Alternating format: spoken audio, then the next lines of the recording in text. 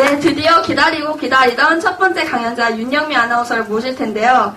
대한민국 최초의 프로야구 여성 캐스터이자 25년간 SBS 아나운서 경력을 이어온 이 시대 당찬 여성의 표본이라고 할 수 있죠. 그리고 책 열정의 저자이시기도 한데 참석하신 모든 여러분들이 오늘 그 열정을 마음껏 받아가는 시간이 되셨으면 합니다. 자, 그럼 윤영미 아나운서를 큰 박수로 모시겠습니다.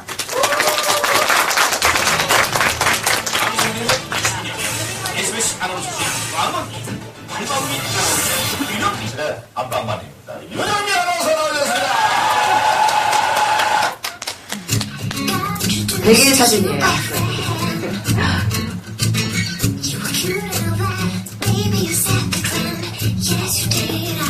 창덕여고를 나왔습니다. 춘천 MBC 시절 모습이고요.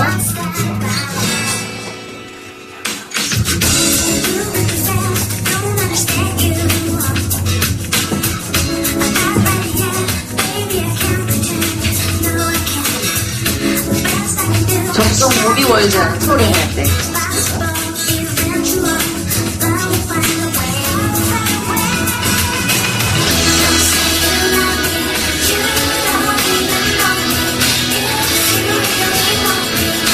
연기도 많이 했었어요. 기억하실지 모르겠어요.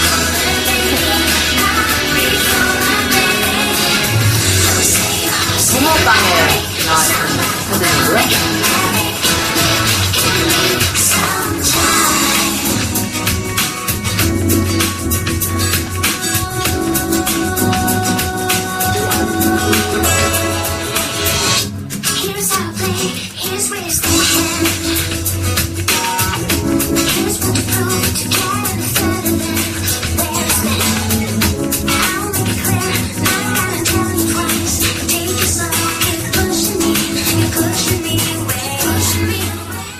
네, 안녕하세요. 예, 반갑습니다. 제가 올해 나이가요, 50이에요. 우후! 아, 이렇게 안 보이죠? 예, 여러분 엄마 나이랑 비슷하지 않을까요? 예, 맞습니다. 그쵸? 예. 예, 62년생이고, 저는 이제 결혼을 늦게 했기 때문에, 제 친구들은 다 아이들이 대학 졸업하고 군대 가고 뭐 그랬어요. 근데 저는 이제 중학교 1학년, 2학년, 예, 뒤늦게 이제 아이들을 키우고 있는데, 제가 85년도에 춘천 MBC에 입사를 했고, 그리고 91년도에 SBS로 옮겼고요. 그리고 올해 초에 이제 프리랜서가 돼서 여러 가지 강연도 하고, 방송도 하고, 다양한 활동을 하고 있습니다. 그렇기 때문에 이제 여러분들 이렇게 만날 수 있었고요. 글쎄요, 제가 이렇게 자식 또래 되는 대학생들에게 과연 무슨 이야기를 해줄까 싶어요. 근데 교보문고에 얼마 전에 지나가다 보니까 그런 시가 있더라고요. 한 사람이 걸어오고 있다. 그것은 실로 어마어마한 일이다. 왜냐하면 그 사람의 인생이 걸어오고 있기 때문이다. 네. 왜 제가 이 얘기를 하냐. 오늘 여러분과 제가 1시간 남짓 이렇게 만나는 이 시간이 여러분의 인생과 제 인생이 교차하는 그런 시점이에요. 그죠? 그래서 이제 제가 살아온 이야기를 1시간 정도에 압축해서 여러분께 해드릴 예정인데, 그걸 통해서 여러분이 아주 자그마한 거라도 이렇게 얻어갈 수 있다면 이 시간이 정말 성공된 시간이 아닐까 생각을 합니다. 물론 여러분이 뭐 저하고 똑같이 사세요라고 절대 이야기할 수 없죠. 사람은 각기 다 다르기 때문에. 네, 그러나 저 사람은 저렇게 이제까지 치열하게 살아왔구나. 내가 앞으로 살아올 인생은 과연 저기서 어떤 것을 아주 작게나마 적용할 수 있을까라고 생각하는 그런 시간이 됐으면 좋겠습니다. 자, 이 첫 번째 지금 화면을 제가 띄운 것은 창덕여고 시절에 학교 방송반 했던 그 모습이에요. 저는 초등학교 3학년 때부터 꿈이 아나운서였습니다. 혹시 여기 꿈을 자신있게 말할 수 있는 사람 손 들어보세요. 오, 꽤 많네요. 꿈이 뭐예요? 정치인? 그렇군요. 우리나라 정치가 좀 달라질 것 같네요. 이렇게 부드럽게 생기신 분이 정치하면. 저 뒤에는 누구죠? 대통령입니다. 대통령? 예. 오, 두 분이 악수하시면 되겠네요. 여긴 또 누구예요? 꿈을 가진 사람. 뭐예요? 변호사. 네, 좋습니다. 돈 많이 벌겠네. 또, 꿈이. 아주 구체적이네요. 예, 또 이쪽에는. 제가 왜 물어보냐 하면은요, 이 꿈이라는 것은 다 있겠죠. 있겠는데, 그 꿈을 그냥 마음속에 씨앗으로만 품고 있는 것과 그것을 말로 선포하는 것은 굉장한 그 가능성에 도달하는 그 퍼센테이지가 다릅니다. 이것은 아주 많은 사람들이 경험을 한 사실이에요. 여러분이 무슨 책이죠? 일만 시간의 법칙, 또 나비 효과, 연금술사, 지금 몇 년 전에 이제 긍정의 힘이라는 거, 시크릿, 그런 책도 읽어보셨겠지만, 그런 책의 사실 공통점은 뭐냐 하면, 간절히 원하고, 원하면 우주가 들어줄 것이다. 이런 얘기잖아요, 사실. 근데 그게 과학적으로도 입증이 됩니다. 그 꿈을 그냥 간직하시지 말고요. 그걸 얘기를 해야 돼요. 왜냐하면 이 말은 굉장히 파워풀한 겁니다. 우리가 상처를 입을 때 마저 상처를 받나요? 아니죠?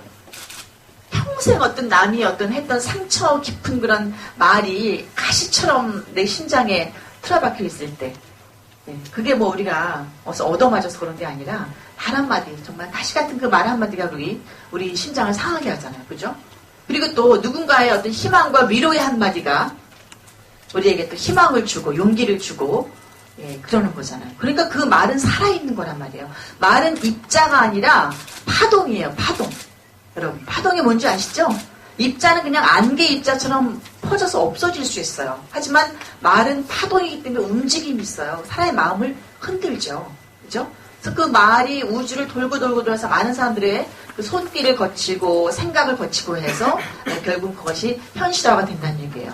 꿈은 우편엽서를 붙이는 것과 똑같아요. 내가 꿈을 적어서 우리 집 주소를 적습니다. 그래서 등기 우편으로 붙여요. 그럼 우리 집에 도달하기까지 시간이 좀 걸리겠죠? 그 시간 동안 우리는 즐겁게 인내하면서 노력하면서 기다려야 되는데 자기가 보내놓고도 우리는 잊어버리기 십상인 것 같아요. 반드시 우편엽서를 붙이면 돌아오듯이 돌아오게 돼 있습니다. 굉장히 피상적인 얘기 같지만 맞는 얘기예요. 저도 초등학교 3학년 때부터 아나운서가 꿈이어서 학교방송 아나운서였거든요. 저는 강원도 홍천이라는 시골에서 태어났어요. 대천에서 용났죠? 근데 이제 학교방송 아나운서 그 실에서 명찰을 새겨줬어요. 아나운서 부장 윤영미 이렇게. 그래서 동네 사람들이 저를 그냥 무조건 아나운서로 불러줬어요. 근데 그것이 저를 제 꿈을 실현시키게 만든 것 같아요. 아나운서가 대단해서가 아니에요. 저는 그냥 그 초등학교 3학년 때 마이크를 잡고 학교 방송을 처음 했는데 뭔지 모를 막 그런 어떤 그 어린 마음에 흡족한 행복감, 막 충만감, 막 전율이랄까 그런 게 막 오더라고요. 그러면서 다른 무용도 해보고 글짓기도 해보고 악기도 해보고 했는데 그런 것에서 느끼지 못했던 굉장히 그냥 무조건 좋다 이런 걸 느끼게 됐어요. 그래서 그때부터 계속 사람들에게 난 아나운서가 될 거야. 난 아나운서 하고 싶어. 이렇게 떠들고 다녔어요. 일기장에 쓰고 써서 붙이고 그것이 과연 헛일이 아니었다는 걸 저는 굉장히 절감을 하고 있습니다. 그래서 여러분께 제가 드리고 싶은 얘기는 반드시 본인이 하고 싶은 일과 잘할 수 있는 일 그런 걸 꿈으로 꼭 가지셔야 되고 부모의 원이 아니라 여러분의 심장 속에 있는 그 열망을 여러분이 보실 줄 알아야 되고 그것을 선포하고 쓰고 하는 것이 그 꿈을 이루어가는 지름길이라고 생각이 들어요. 한 번도 저는 꿈이 대학 졸업할 때까지 바뀌질 않았습니다. 다행히도. 그래서 제가 하고 싶은 일을 하기 때문에 저는 이 나이 50에도 굉장히 해피한 그런 삶을 살고 있습니다. 아나운서가 돈을 많이 버는 직업도 아니고 제가 그렇게까지 유명한 스타 아나운서도 아니지만 저는 제가 하고 싶은 일을 계속 해왔고 또 지금도 하고 있기 때문에 아주 삶이 저는 해피합니다. 그래서 여러분께서도 그런 그 꿈을 이루면서 행복한 삶을 살았으면 좋겠다는 의미에서 제가 그런 얘기를 드린 거예요. 벽돌을 쌓는 어떤 그 벽돌공들이 있었어요. 성당을 짓는 벽돌공 3명이 있었습니다. 자, 예를 들자면 한 벽돌공한테 물어봤어요. 지나가던 사람이. 지금 뭐 하고 계시는 거예요? 그랬더니 보면 몰라요? 벽돌 쌓는 거지? 라고 이야기를 했어요. 두 번째 벽돌공한테 또 물어봤습니다. 지금 뭐 하고 계신가요? 돈 벌고 있지 뭐예요? 벽돌 쌓고 돈 버는 거죠. 라고 얘기했어요. 세 번째 벽돌공한테 또 물어봤죠. 저는 아름다운 성당을 짓고 있습니다. 라고 이야기를 했어요. 여러분이 똑같은 일을 하더라도 돈을 벌기 위해서 아니면 지금 내가 어떤 뭐 프로젝트를 하기 위해서 이런 일을 하지 말고 정말 아름다운 성당을 짓는 벽돌공 같이 꿈을 쌓는 그런 사람이 됐으면 좋겠다는 얘기죠. 이렇게 심각하게 됐습니까? 예. 그래서 그냥 뭐 좋은 대학 나와서 뭐 좋은 대기업이나 어디 취직하고 전문직을 해서 결혼을 하고 또 아파트를 늘려가고 재산을 쌓고 이런데 여러분이 어떤 목적성을 두지 않았으면 좋겠다 하는 얘기죠. 어떠한 일이든 간에 자다가 벌떡 일어나서 나가도 행복할 만한 그런 일을 여러분이 하기를 저는 간절히 원합니다. 제가 중학교 된 아들들한테 귀에 못이 박히도록 제가 이야기를 해요. 저는 공부해라 이야기하지 않고 강남에 살면서 학원을 돌리고 그러지도 않아요. 정말 네가 좋아하는 것을 엄마는 찾게 하기 위해서 경험을 많이 쌓게 해줄 수 있는 일밖에 엄마가 할 수가 없다. 저는 뭐 70점 맞고 80점 맞아도 아이들한테 뭐라 그러지 않아요. 네가 네 목표를 정하고 그 공부를 왜 해야 되는지 생각하고 네가 하고 싶은 것을 하기 위한 하나의 과정이다. 공부는. 네 인생은 네 것이다. 그렇게 저는 아이들을 키우고 있어요. 이것이 잘하는 건지 못하는 건지는 제가 잘 모르겠으나 그렇습니다. 요즘 뭐 임계점이란 말 우리가 참 많이 하잖아요. 그죠? 책에도 많이 나와 있고 저도 참 절감해요. 그런 면에서 임계점. 백지연 씨 책에도 나와 있더라고요. 임계점에 대해서 상당히 긴 페이지가 이렇게 나와 있는데 예를 들자면 그런 거죠. 꽃이 15도에 핀다. 그러면 14.9도까지 우리는 내가 언제 만개할지 알 수 없다는 거죠. 터널을 지날 때 과연 터널의 끝이 어딘지 알 수가 없고 그리고 물이 100도씨에 끓는다면 99.9도까지 물은 아무 일도 없습니다. 잔잔하죠. 그러나 내가 과연 0.1도가 끓어올랐을 때 정말 확실하게 내 어떤 만개하고 물이 펄펄 끓는다는 것을 알 수 없기 때문에 우리 인생은 참 묘한 매력이 있다고도 볼 수가 있겠죠. 만약에 하늘에서 누군가가 내 인생을 바라보면서 자 지금은 아니야. 응? 이 회사 아니고 다음 회사에 너 붙을 거야. 내지는 지금 그 여자친구 네 여자 아니야. 응? 뭐 다음 여자친구가 네 여자야. 이야기해주거나 그죠? 너 1년만 백생활하면 그 다음에 네 운은 튀어. 막 얘기해주면 얼마나 좋겠어요. 그죠? 그렇기 때문에 우리가 점도 보러 다니고 그러는 건데 뭐 글쎄요. 저도 가끔 그런 생각 들죠. 그러나 인생은 또 모르기 때문에 더 우리가 도전하고 갖고 나가야 될 그런 가치가 있지 않나 싶어요. KFC 그 치킨 체인점 그 얘기를 아실지 모르겠지만 그 KFC를 만든 그 할아버지는 65세에 1010번째 제안서가 채택이 됐습니다. 그분은 1009번째까지 제안서를 낼 때 1010번째 제안서가 채택되리라고는 상상하지 못했겠죠? 그죠? 대단하지 않아요? 그러나 그분께는 1010번째 제안서가 채택이 돼서 우리에게 KFC라는 그런 전 세계적인 브랜드를 선보이게 된 겁니다. 그래서 여러분이 반드시 내가 진정으로 하고 싶은 것이 무엇인가 찾으셔야 되고 그것을 위해서 여러분이 즐겁게 인내하면서 준비하고 기다리셔야 되고 그것을 기쁘고 감사하게 받아들일 수 있는 그런 인생이 됐으면 좋겠어요. 저도 그래서 고등학교 때까지 계속 학교 방송 아나운서를 했습니다. 그리고 작은 에피소드를 말씀드리자면 제가 고3 때 대학교 시험을 보고 청량역에서 이제 지하철을 타고 다녔는데 순 남자 목소리만 나오더라고요. 역에서 지하철에. 지금도 그렇지 않나요? 거의 여자 목소리 못 들어봤죠? 있어요? 제가 이제 청량역에 역장한테 찾아가서 저 학교 방송 아나운서인데 제가 청량역에서 좀 안내 멘트를 하고 싶다. 왜냐하면 왜 그 늑수그란 아저씨들 목소리만 나오냐. 제가 한번 산뜻한 목소리로 다음은 인천행 열차가 도착하겠습니다. 5분 후 수원행 열차가 도착하겠습니다. 한 발짝씩 물러나 주시기 바랍니다. 이런 멘트를 하고 싶었던 거예요. 그래서 제가 말씀드렸더니 막 웃더라고요. 지금까지 여자는 재수가 없어서 지하철역에 방송을 안 시켰다는 거예요. 한번 해보래요. 근데 그분 말씀이 나중에 한 2, 3일 하다 말 줄 알았대요. 그래서 제가 방학 내내 그 방송을 했거든요. 그래서 많은 사람들이 저를 막 구경하러 막 보러 왔어요, 방송실에. 그래서 제가 비공식적인 지하철역 우리나라 최초의 아나운서. 그러니까 제가 약간 그런 생각을 하면 이렇게 실행하는 그런 좀 장점이랄까, 용기랄까, 뻔뻔스러움 그런 게 다행히도 있었습니다. 자, 그래서 대학 4학년 저는 성심여대라는 곳을 나왔어요. 지금 가톨릭대학교하고 합친 대학이고 1년은 춘천에서 기숙사 생활을 하다가 그 다음 해에 이제 서울로 올라오게 된 그 학교였습니다. 1년 동안 춘천에 살았죠. 그런데 그때 당시 제가 첫사랑의 열병을 앓게 돼요. 저는 성심여대였고 그 남자친구는 강원대학교 학생이었습니다. 너무너무 테리우스 같이 잘생긴, 제 인생에 그렇게 잘생긴 남자는 아직까지 제가 못 봤어요. 근데 어느 날 그 학교 출근하는 시간에 이제 버스 정류장에서 그 남자 친구를 보게 됐어요. 제가 우연히 한눈에 반하게 됐죠. 그래서 매주 그 학생이 버스를 타는 그 시간에 제가 그 정류장을 나가게 돼요. 한 달 동안.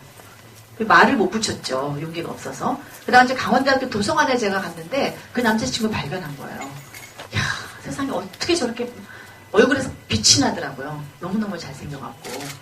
그래서 막 가슴앓이를 했어요. 그러던 중에 춘천 시내에서 남자친구를 만났는데 초등학교 동창생을 만났어요. 야, 너네 학교 진짜 멋있는 애 하나 있더라. 막 외모를 얘기하고 어디서 버스를 타더라 얘기를 막 했어요. 자기 친구라는 거예요. 건축학과인데. 소개팅을 했죠. 그래서 이제 사랑을 하기 시작했는데 그 남자친구나 저랑은 동성동본이었어요. 파도 똑같았고.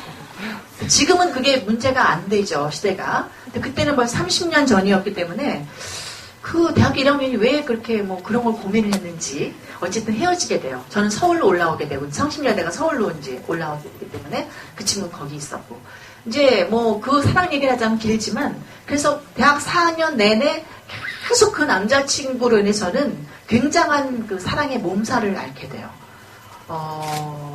참 내가 순진한 여대생이었는데 그 남자친구로 인한 실연의 아픔 때문에 막 술도 마시고 담배도 피고 디스코텍 가서 막 대낮부터 춤추고 공부도 안 하고 학사경고 맞고 막 이렇게 그런 생활을 제가 하게 돼요. 그래서 춘천 MBC 아나운서가 돼서 춘천에서 혼자 사는 게 저의 꿈이었습니다. 그때 제가 마음 먹은 게 난 그 남자애랑 결혼 못하면 혼자 살 거야. 그 아나운서가 꿈이었고 그 남자친구가 호흡하던 춘천에서 아나운서 생활하는 게 저의 꿈이었었어요. 그런 꿈을 갖고 있었는데 대학교 때도 계속 학교방송 아나운서 이제 생활을 하게 되죠. 그래서 뭐 MBC, KBS 이런 데서 아르바이트 방송도 하고 사회교육 방송이라고 대북 방송을 제가 했었어요. 대학교 때. 계속 이제 학교 방송을 했죠. 그래서 이제 꿈을 계속 아나운서로 간직하고 있었고 저는 한 번도 제가 아나운서에 떨어질 거라는 생각을 못 해봤어요. 워낙 10살 때부터 꿈이 아나운서였고 나는 아나운서로 살아왔기 때문에 학교에서도 계속 그렇고 남들이 날 그렇게 생각해줬고 해서 당연히 될 줄 알았는데 현실은 그렇지 않았습니다. 대학교 4학년부터 그 다음에까지 계속 시험을 봤죠. 지방도 보고 CBS도 보고 MBC, KBS 다 봤는데 다 떨어지는 거예요. 1차서 떨어지기도 하고 최종에서 떨어지기도 하고 한 10대 번 떨어졌어요. 그래서 이 아나운서가 안 될 수도 있구나 라는 거를 깨달으면서 피눈물 나는 정말 1년이란 취업 백수 생활을 제가 하게 되죠. 1년 동안 이제 쉬었는데 아까도 얘기했다시피 제가 그런 백수의 터널을 이렇게 지나면서 과연 이게 언제가 끝일지 알 수가 없었어요. 전 아나운서 외에는 한 번도 생각 안 해봤기 때문에 어디 뭐 취직할 만한 능력도 별로 없는 것 같았고 어디 누가 이렇게 비서를 취직시켜준다 해도 마음이 안 가서 못하겠더라고요. 계속 아나운서는 품고 있었어요. 근데 아나운서는 나이가 너무 먹으면 못하거든요. 그래서 이거 사진 찍어서 저 주실 거예요? 저 홈페이지에 올려야 되는데. 취재 나오셨어요? 나 카메라 갖고 왔는데 좀 찍어야 되겠다. 잠시만요.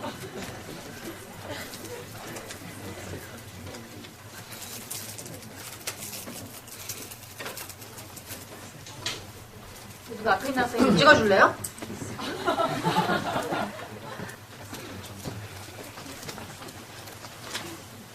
주민 주말 동그란 거예요. 동그란 거 누르시면 돼요. 예, 예. 많이 찍으세요. 디지털 많이 찍어도 괜찮아요.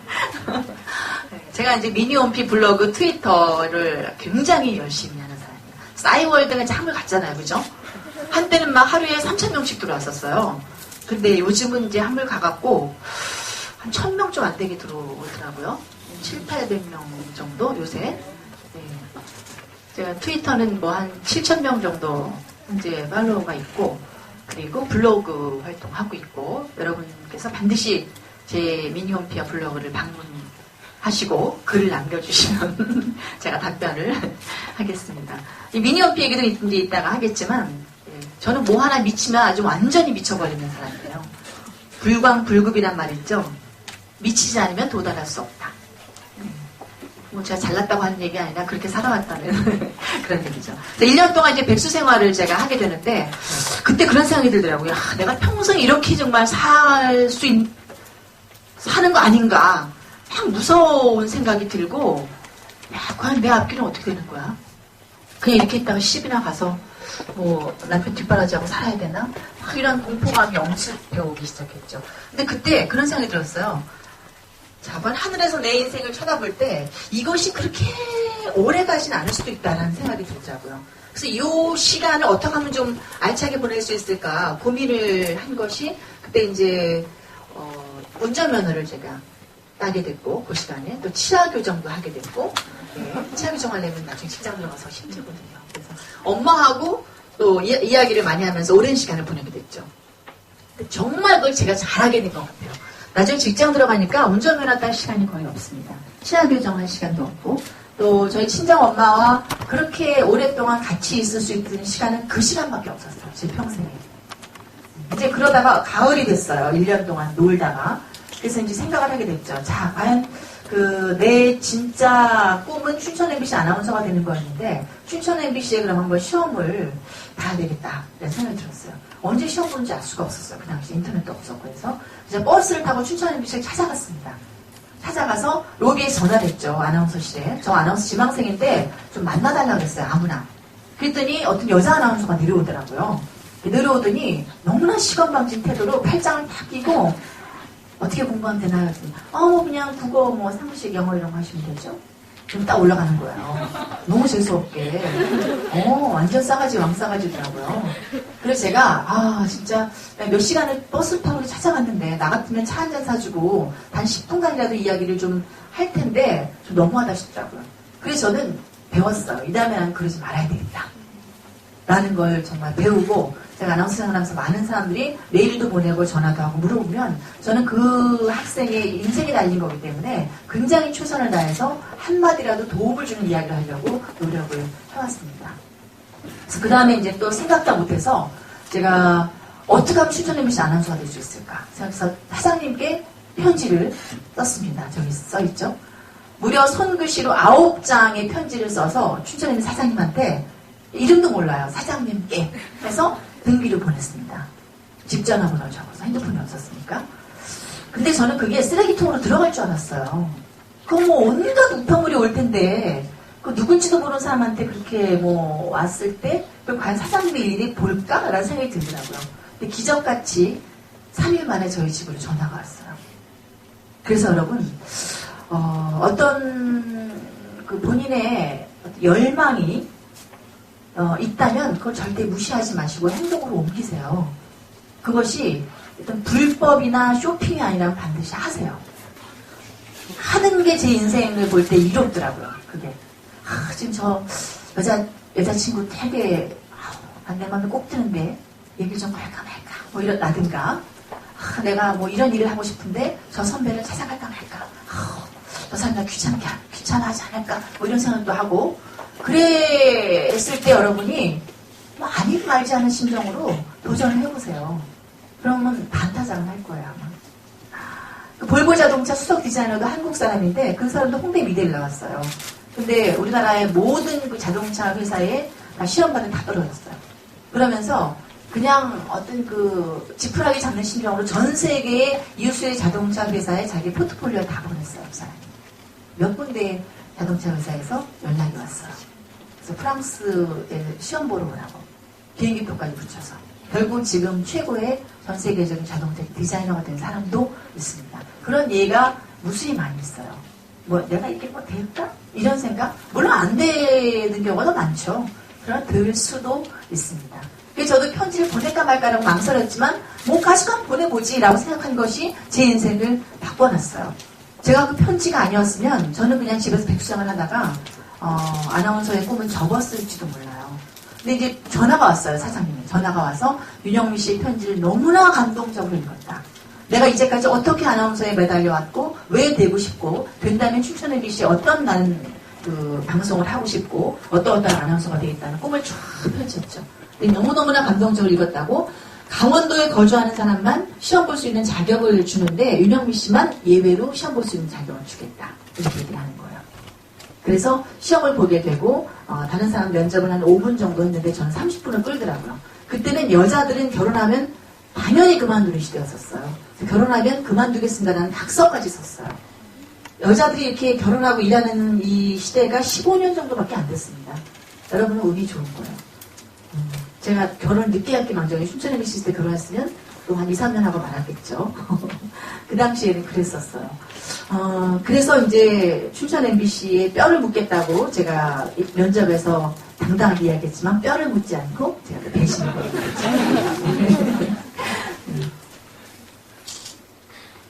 그래서 제가 5년 동안 춘천 MBC에서 아나운서 생활을 하게 돼요. 그런데 너무너무 넓은 물에 가서 방송을 하고 싶더라고요. 근데 아나운서는 경력사원 스카웃이 없어요. 공채밖에는. 신입사원 공채밖에. 근데 정말 제가 행운이었던 것이 근데 운이란 것도 그래요, 여러분. 기회와 준비와 간절한 열망이 있을 때 운도 생기는 거예요. 여러분. 그냥 뭐 행운이 저절로 오는 건 아닙니다. 근데 저도 간절하게 열망했죠. 그랬는데 마침 91년도에 여러분 태어나셨나요? 91년도에 갓난 애기였겠죠? 91년도 3월달에 SBS가 기적적으로 개국을 하게 됩니다. 그래서 저도 당연히 이력서를 넣었죠. 그때 나이가 30살이었습니다. 그래서 왜 나를 뽑았는지는 저도 지금도 참 의문이 들어요. MBC, KBS에서 유수의 아나운서들이 오겠다고 이력서를 넣었는데 제가 1착으로 SBS 아나운서로 오게 됐죠. 그래서 역사적인 개국 멘트를 하게 돼요. 여러분 안녕하십니까? 이게 아니라 모든 아나운서들이 대한민국 국민 여러분 안녕하십니까? 라는 멘트를 하기는 쉽지 않거든요. 제가 91년 3월 20일 날 SBS가 개국할 때 저하고 손석기 아나운서랑 둘이 개국 멘트를 하게 돼요. 대한민국 국민 여러분 안녕하십니까? 여기는 여의도동 SBS 방송국입니다. 103.5MHz SBS 방송을 지금부터 시작합니다. 장관 그런 사람들, 문학의 인사들, 회장, 사장, 스튜디오 밖에 쫙 서 있었고 제가 박수를 받으면서 그 멘트를 하게 되죠. 내 인생은 이제 폈다. 난 이제 대박이 났다. 라고 생각했죠. 더 이상 소원이 없을 것 같았어요. 그런데 또 인생은 산 넘어 산입니다. 근데요, 산 넘어 산이지만 한 번 산을 넘은 사람에게 그 다음 산은 더 이상의 산이 아니죠. 그렇죠? 제가 줄로 이렇게 세우자면 맨 꼬레비 아나운서인 거예요. 제가. 왜냐하면 나이도 30살이었고 보시다시피 제가 뭐 키도 별로 안 크고 인물도 평범하고 평범해요? 이 정도는 괜찮죠? 네, 너무 아나운서들이 이제 비주얼이 좋다 보니까 저는 평범한 외모의 아나운서였고 그리고 뭐 그다지 내세울 게 없었어요. 지방에서 왔고 시골 출신의 학벌도 성신여대에다가 돈도 없고 백도 없고 아무것도 없었어요. 내세울 게. 그래서 저는 그 텔레비전 프로를 거의 못 맡았습니다. 라디오 프로그램 예를 들면 15 같은 거 있잖아요. 삼성전자 제공 15 10시를 하게 됩니다. 그런 거라든가 아침에 일어나서 TV 켜면 시청자 여러분 안녕하십니까? 잠시 후 6시부터는 모닝와이드가 방송되겠고 7시부터는 SBS 뉴스 이런 거 있잖아요. 이어서 8시 뉴스가 방송됩니다. 목소리는 좋아나봐요.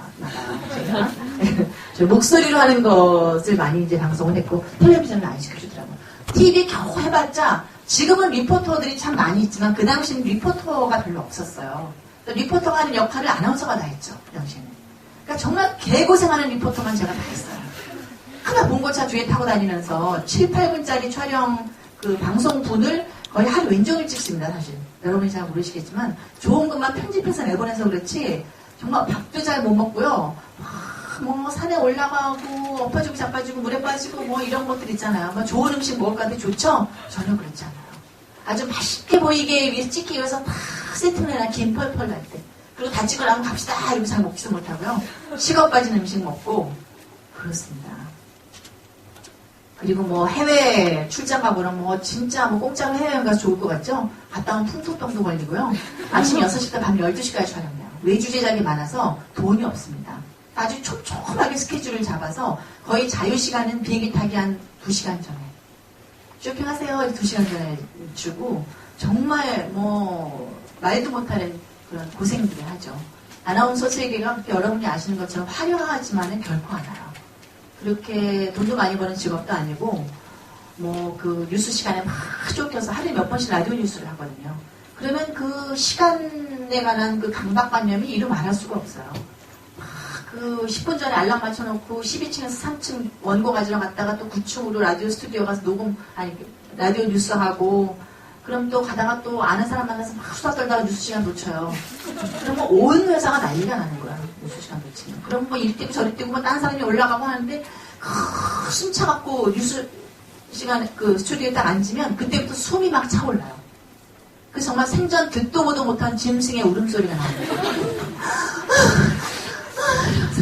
오늘 저 밤은 하나님의 모든 이 숨이 이렇게 잦아들 것 같죠? 점점 더 숨이 차올라요. 안 해본 사람은 경험해보지 못해요. 정말 쓰러질 것 같은 그런 경험하고 시간 그 압박이 너무너무 심해서 직업병처럼 꿈에 나타나요. 저는 지금 한 달에 한 번씩 그런 꿈을 지금도 꿔요. 막 뉴스 온 거 찾아가고 계단을 내려가고 엘리베이터가 안 눌러지고 막 원고가 없어지고 대로를 막 이리 뛰고 저리 뛰고 그런 식은땀 흘리면서 그렇게 합니다. 국회의원 선거 개표 방송할 때 그나마 좀 낫죠. 그죠? 67만 5,756명 이렇게. 대통령 선거 때는 숫자가 너무 길어요. 657만 5,763명. 남은 동대문. 이거 밤새 들어가면 혀가 꼬이고. 그렇습니다.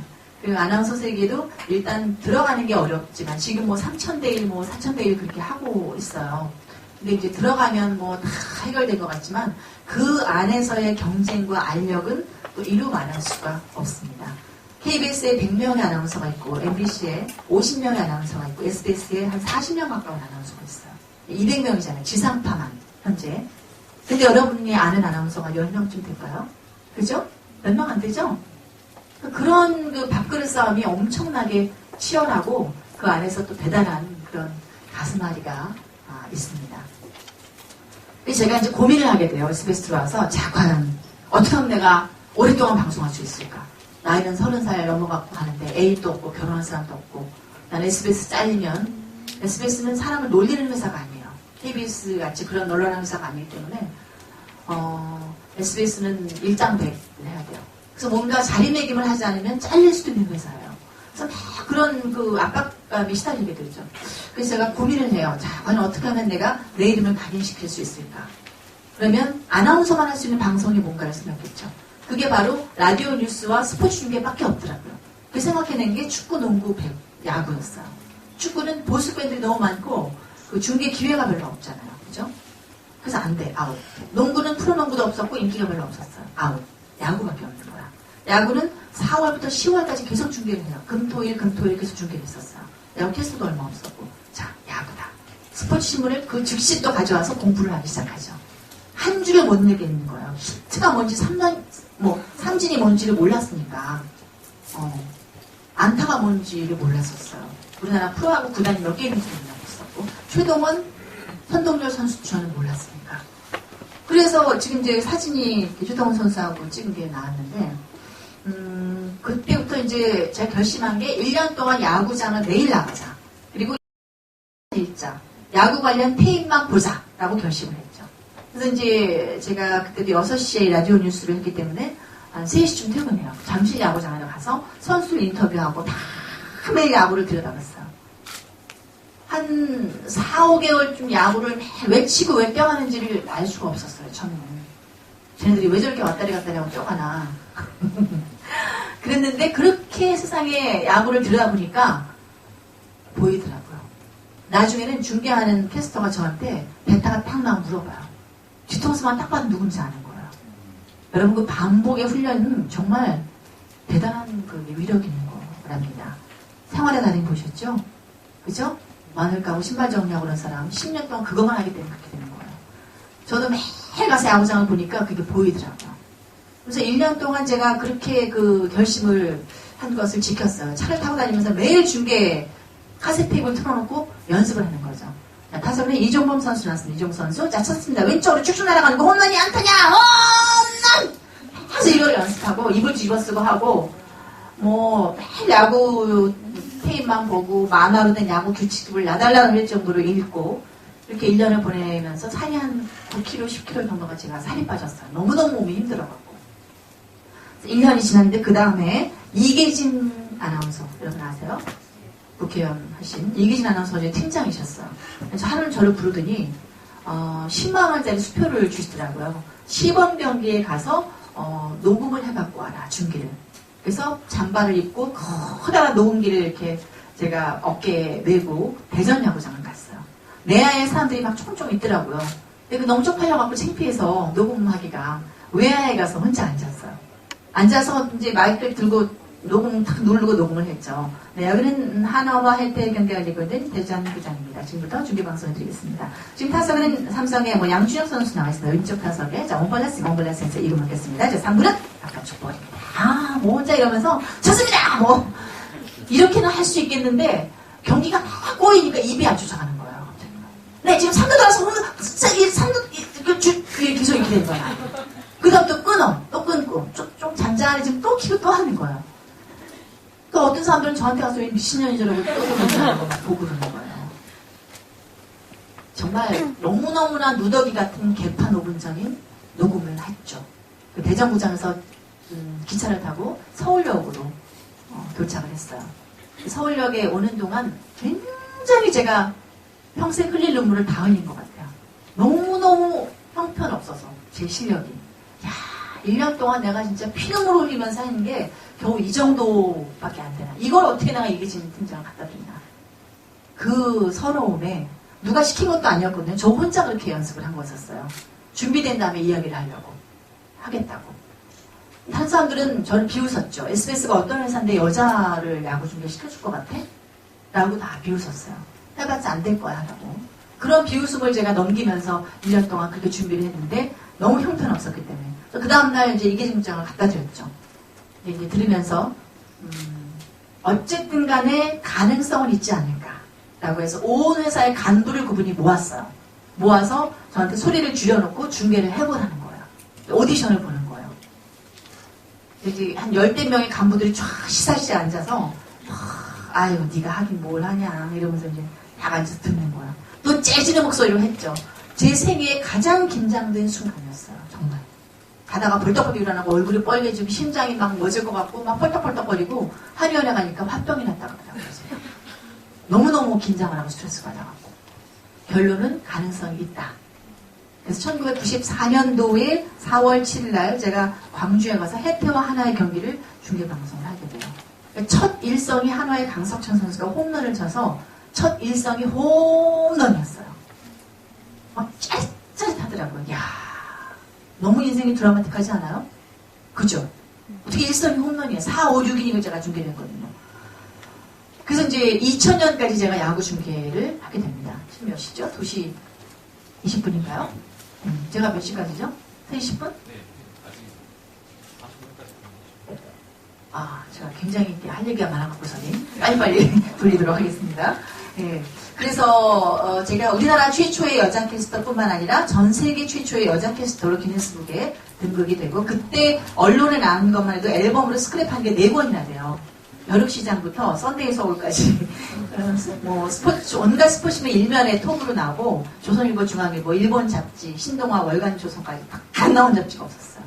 그렇게 이제 하게 됐는데 야구 중계를 했던 것이 제가 자랑거리가 아니라 뭐냐 하면 제가 목표로 했던 것을 제가 이루었기 때문에 잘하지는 못했습니다. 그러나 어떤 제가 하고자 하는 것에 대한 도전을 했고 그것을 이루어냈다는 것이 제 인생의 굉장한 자신감, 재산으로 저한테 남아있다는 사실이죠. 그걸 하고 나니까 세상에 어려운 일이 없을 것 같더라고요. 제 인생에 이보다 더 어려운 일이 어디 있으려 하시더라고요. 방송도 마찬가지예요. 아나운서를 비롯한 모든 연예인들의 방송은 다 원고가 있어요. 뉴스도 마찬가지고 프롬프트라는 게 있죠. 근데 원고 없는 방송인 야구 중계를, 그것도 가장 어렵다는 야구 중계를 제가 했기 때문에 방송의 어떤 순발력 그리고 어떤 자신감, 이거는 무엇을 해도 가질 수 없는 그런 자신감이었는데 그것을 제가 갖게 되죠. 그리고 이제 야구 중계를 2000년까지 하게 되고 제가 아이를 둘 출산하면서 야구 중계를 이제 그만두게 되죠. 그 다음에 골프 중계에 제가 또 도전을 하게 돼요. 그래서 골프는 뭐 야구보다 훨씬 쉽잖아요. 굿이야, 당대로. 아주 우아하게. 거기 소리 자기가 지를 것도 없고, 야, 이거다. 그때 골프캐스터가 우리나라에 없었거든요. 이런가 또 내보자, 한 거죠. 그래서 제가 되게 공부를 했어요. 만화책 갔다 공부하고, 필드에 나가고, 연습장 나가고. 근데 이번엔 팀장이 바뀌었습니다. 그래서 제가 골프 중계 하겠습니다 했더니, 너만 할 수 없다. 오디션을 보자, 이렇게 얘기를 하는 거예요. 그래서 20대 후반, 30대 초반에 새카만 여자 아나운서 후배들하고 오디션을 봐요. 근데 누가 뭐래도 오디오면에서는 제가 제일 잘했죠. 전 야구 중계도 한 사람이고 뭐 방송을 오래 한 사람이기 때문에 제가 떨어졌어요. 결론은. 저는 연세대학교 교육대학원에서 외국어로서의 한국어 교육 석사를 했어요. 그 당시였는데 제가 연대 캠퍼스에 차를 세워놓고 또 2시간 동안 통곡을 하게 됩니다. 그렇게 울면서 야 무슨 뭐 골프를 얼굴로 하냐? 나이로 하냐? 막 혼자 요글요글 해대면서 이렇게 제가 울고 울며 불며 그러나 제 마음속에서 왜 너만 꼭 1호가 돼야 되느냐, 후배한테 양보할 수도 있고 2호가 1호보다 더 잘할 수도 있지 않느냐, 그런 마음을 먹으면서 계속 골프를 제가 공부를 하게 돼요. 그때 또 어떤 인생의 반전이 일어났냐면 SBS가 아나운서 스타화라는 프로젝트를 하게 돼요. 그러면서 아나운서를 예능에 투입시키자. 그때부터 아나테이너라는 말이 탄생이 되고 제가 원조 아나테이너입니다. 알고 보면. 그래서 이제 그때 추석 때가 됐는데 연예인들, 제일 잘 나가는 연예인들 그룹과 아나운서들하고 이렇게 대결하는 패러디 대결 이런 프로가 있었어요. 2000년대 초반에 2002년도였던 것 같아요. 그래서 이제 희망자를 받았죠. 누가 이 프로에 나가고 싶으냐. 당연히 제가 손을 또 번쩍 들었죠. 그래서 제가 40대 초반이었는데 정말 20대 후반, 30대 초반 이런 아나운서들, 윤현진 아나운서, 박찬민 뭐 이렇게 제일 잘 나가고 이런 아나운서들하고 같이 이제 오디션을 보게 돼요. 다 솔로를 하겠대. 다 자기가 잘났으니까 다 그룹을 안 하겠다는 거예요. 다 솔로를 하겠다는 거예요. 그래서 예능 PD가 와서 오디션을 또 하재. 방송보다 오디션이 있어요. 그래서 오디션 하죠. 좋다. 제일 잘할 수 있는 거 하래요. 그래서 제가 여러분 잘 모르실지 모르는데 센 거 하자. 그래서 신신의 세상을 유지경을 제가 하게 되죠. 혹시 아세요? 오늘 어떻게 알고 굉장히 오래된 건데 세상은 요지경 속이 이런 거를 제가 노래방에서 불렀었거든요. 이거 되게 웃기잖아요. 코믹하고. 이왕 할 거면 그걸 해야 될 것 같더라고요. 그래서 그걸 뭐 세상은 요지경 하면서 춤을 췄어요. PD가 뭐 자지러지는 거예요. 웃겨갖고. 영씨 그거 하라고 솔로는 그거 하라고. 그래서 이제 하게 됐는데 다른 애들은 이렇게 작가들이 뭐 테이블 주면 그대로 연습을 하는 거예요. 근데 저는 그렇게 하면 안 될 것 같더라고. 그래서 신신의 집에 찾아갔어요. 제가 상도동에 전화 연락을 해갖고 집에 갔더니 너무너무 친절하게 잘해주는 거야. 그 신신의 집 거실에 상도동인데 둘이 일주일을 연습했네요. 거실에서 둘이 다 서고 세상은 오지게 이때 뭐 이렇게 하고 뭐 하다 가르쳐주는 거야. 그 머리를 올리고 위에다가 목걸이를 이렇게 막 반짝반짝한 걸 하고 뭐 스판클 달린 옷을 다 빌려주고 그랬어요. 신신혜 씨가. 그래서 이제 당일날 녹화에 들어갔죠. 완전히 녹화한 날 다 뒤집어졌어요. 사람들이. 세상에 어떻게 저런 아나운서가 세상에 있냐고. 저렇게만 아나운서가 망가져도 되는 거냐. 너무 사람들이 막 배꼽 잡고 막 뒤집어지고 당연히 대상 받았죠. 그래서 제가 금열돈을 받았어요. 그 다음에 회사 가니까 난리가 났어. 저만 본 사람들이 다 웃고. 되게 쇼킹했죠, 사실. 그리고 그 다음에 이제 설이 됐어요. 또 하자는 거예요. 요번에는 오디션이 어딨어. 그냥 윤영무 씨 모셔가는 거예요. 오늘 뭐 하겠네요, 뭐. 그래서 한 게 바로 이겁니다. 여러분 아세요, 혹시? 이 박사. 기괴한 사람이 엽기적인 사람이에요. 저 사람이 관광버스에서 그 가이드 하면서 왜 막 그 춤 같은 거 추고 유도하고 이러는 사람 있죠. 흥겹게 그런 사람인데 그때는 그 당시에 떴었어요. 저 사람이. 그래서 뭐 아주 탬버린 막 흔들면서 기괴한 춤을 추고 이런 분이에요. 근데 이제 이 사람이 좀 세잖아요. 좀 센 걸 해야 되기 때문에 이 박사를 하게 돼요. 이번에 또 이 박사 집을 찾아갔네. 이번에 백댄서까지 두고 또 연습을 한 거예요. 앞에 가는 여자가 뭐 막 이러면서 뭐 랩을 하고 막 이러는 거예요. 그걸 또 막 탬버리를 치면서 일주일 동안 백댄서랑 같이 연습했는데 이번에는 진짜 이 박사가 나오기로 했어요. 중간에. 진짜 이 박사가 잘하고 나와서 둘이 막 탬버리 치면서 춤을 췄는데 사람들이 내가 훨씬 잘한다니까. 또 극열전을 또 탔어요. 그 상황을. 집 살 때 다 팔아먹었네. 상황을. 아, 지금 나도 쓸 깨야 할 텐데, 그죠? 그때부터 제가 예능 아나운서로 자리매김을 하게 돼요. SBS의 모든 예능 프로그램에 단골로 출연을 하게 돼요. 여러분 잘 기억하실지 모르겠지만 뭐 엑스맨, 반전 드라마에서 전진하고 서경석 씨랑 연기도 했었고요. 헤이 헤이 헤이에 김원희 씨랑 나갔었고 솔로몬의 선택 법정 재현 드라마 한 거. 거기 제가 한 6편 정도 주연을 했어요. 술집 마담부터 해서 옆집 아줌마, 깻잎머리 여고생 막 이런 거, 불량 학생 이런 거부터 해서 다 연기를 하게 되고 하늘이 시원한 드라마에도 제가 아나운서 팀장으로 나갔었어요. 101번째 프로포즈라는 드라마에 완전히 조연으로 제가 출연했었고요.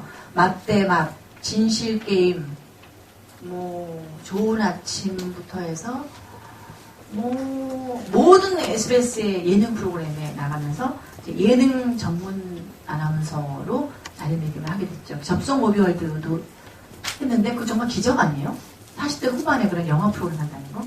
다른 방송은 제일 젊고 예쁜 아나운서가 그걸 해요. 지금 박선영 아나운서가 하는데 도대체 왜 날 그걸 시켰는지 모르겠더라고요.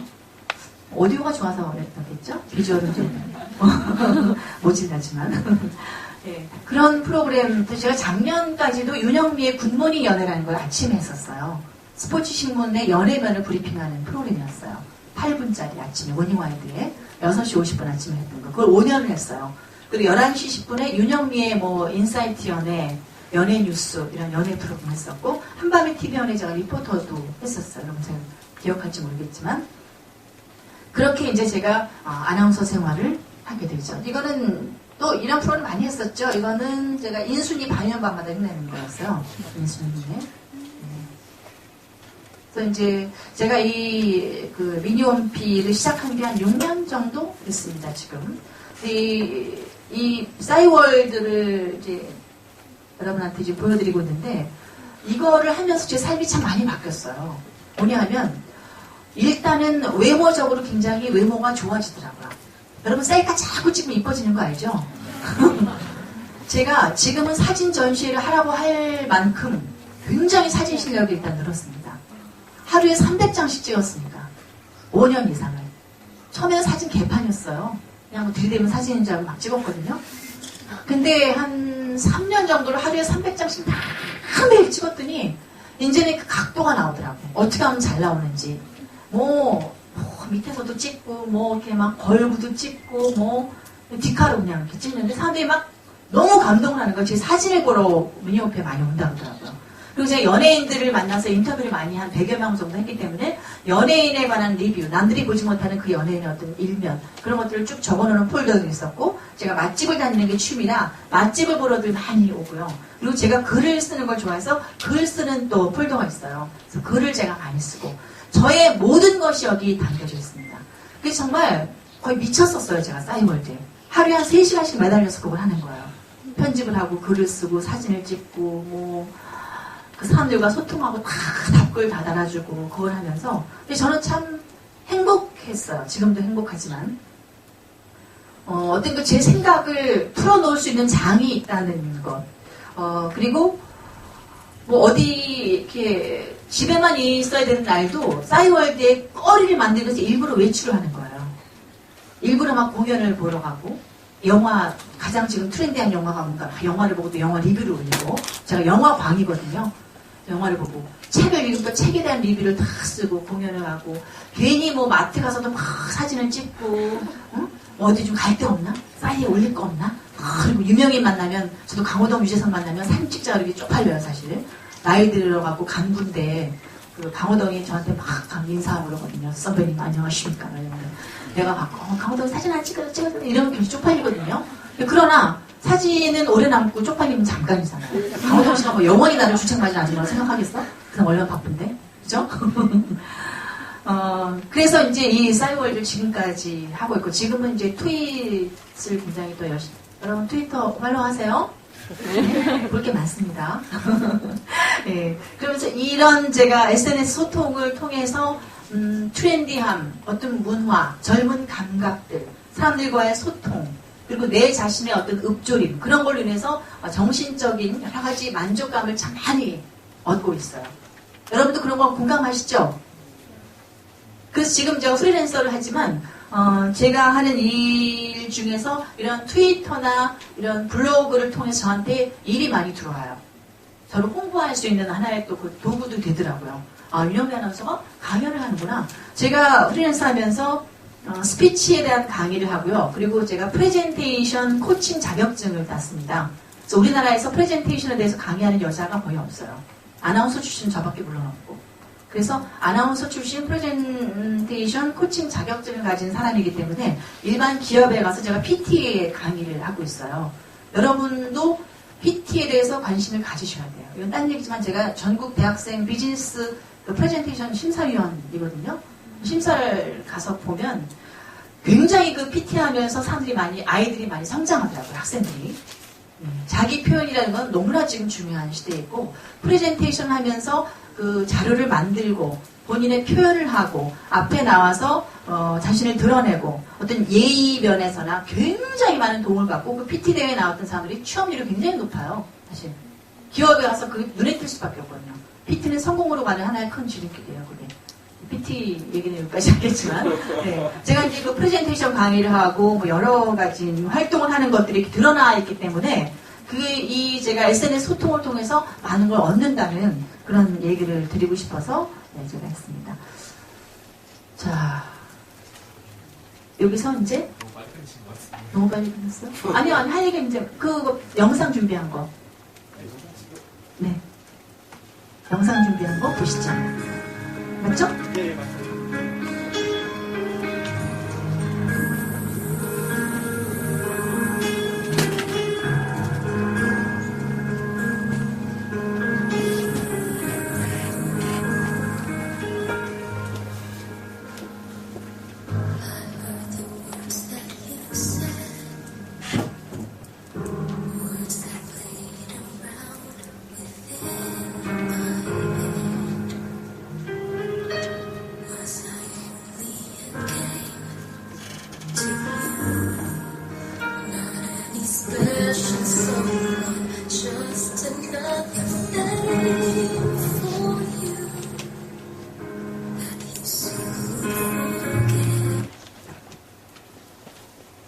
다 끝났나요? 예. 자, 제가 여러분께 선배로서, 인생의 선배로서 들려주고 싶은 이야기들을 몇 가지를 간추려 봤습니다. 여러분 들으시면서 뭐 질문이 있거나 하면 질문하셔도 좋아요. 요즘 뭐 정말 청춘들이 암울한 그런 시대에 살고 있잖아요. 그죠? 어떻게 하면 취업을 할 수 있을까? 어떻게 하면 성공할 수 있을까? 이런 생각들에 고민을 하고 있는 그런 세대인데요. 제가 뭐 해결책을 어떻게 드리겠습니까? 그쵸? 저도 지금 어떤 과도기에 있다고 할 수 있고, 우린 지금 100세 시대에 살고 있기 때문에 저는 지금 반밖에 살지 않았습니다. 그래서 저도 지금 굉장히 치열하게 노력하고 있고, 배우고 있고, 어떻게 하면 좀 더 매혹적인 중년 여성의 삶을 살 것이냐, 또 다른 또 변신을 할 것이냐, 저도 역시 여러분과 같이 똑같이 고민하는 하나의 존재일 뿐입니다. 제가 이제 들려주고 싶은 이야기 중에 하나는 스펙 열풍이 참 너무나 강렬하게 부는 것에 대해서 좀 걱정스럽더라고요. 왜냐하면 저는 많은 성공한 CEO들하고 제가 모임도 하고 있고 친밀한 관계를 갖고 있는데, 그런 글로벌 기업의 그 CEO들 뭐 이런 사람들하고 이제 이야기를 주로 하죠. 그 외국에서 어떤 아시아 글로벌 그런 시장에 임원으로 있는 사람들 굉장히 많아요, 제 주변에. 그런 사람들이 하는 그 이야기가 전 세계의 사람들이 모여서 이제 회의를 하고 이러는 그런 CEO들이에요. 그럼 우리나라 출신의 그 직원들이 알고 보면 영어를 굉장히 잘한대요. 영어 잘하고 다 연수 갔다 오고 요즘 뭐 못하는 사람 없잖아요. 제2외국어도 하고 뭐 이러는데 근데 발표장에서 발표를 못해요.